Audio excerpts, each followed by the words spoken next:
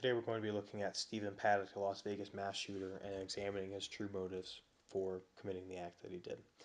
This video is simply a short bullet point about his life and his family life, so I insist that you go through and reread these articles that are just shown very briefly so that you can get the full picture. Let's begin. Paddock's father, Ben Paddock, born 1926 in Wisconsin, was a very famous criminal. At just the age of 20, he was jailed for grand theft auto. He robbed 3 banks over the span of his life. He was convicted in 1961 for robbing these banks. He escaped in 1968. He was, at one point, on the FBI's most wanted list. His last jail sentence ended in 1978, but it was not his last time being in trouble with the law. He got involved in a racketeering game after a bingo incident and eventually had to pay $630,000 in fines. After this, he moved from Oregon to Texas, where he died in 1998. How does this relate to Stephen Paddock, his son?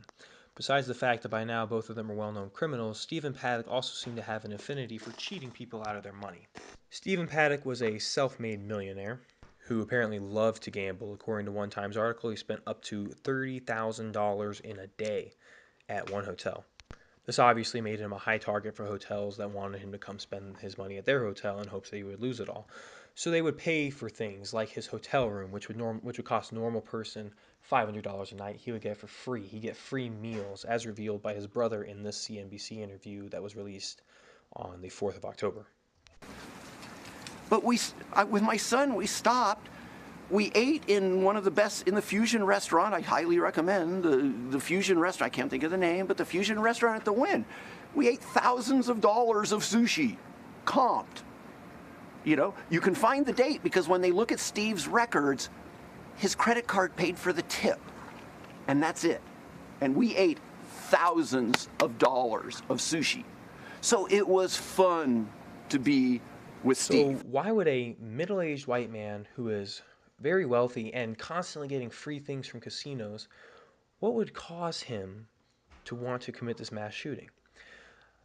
I believe that if you look at his life and you look at how he loved to gain money through cheating people and how he, even though he's a millionaire, he still wants to be able to get free things. I believe that he was staging a robbery of the casino. That's why he was constantly in and out of casinos. That's why he had so many weapons. One man does not need that many weapons, even if he was just trying to shoot people. He had 30 rifles in that hotel, and police found 55 total, including explosives and electronic devices. They found all sorts of things in his home that don't really correspond with a mass shooter, and he acquired these things over 20 years. So what really was making him want to have all these things? I believe that he was staging a casino robbery, and he was supposed to be either the distraction or maybe he was supposed to cover them as they made their getaway through the concert. Which, instead of Stephen Paddock being on the same level as the Columbine shooters, Adam Lansing and James Holmes, instead puts him on the same level as the West Hollywood bank robbers who dressed up in body armor and got involved in a 10-hour shootout with the police before suiciding. So who was Ben Paddock really? Was he a criminal who was simply trying to rob a casino for money?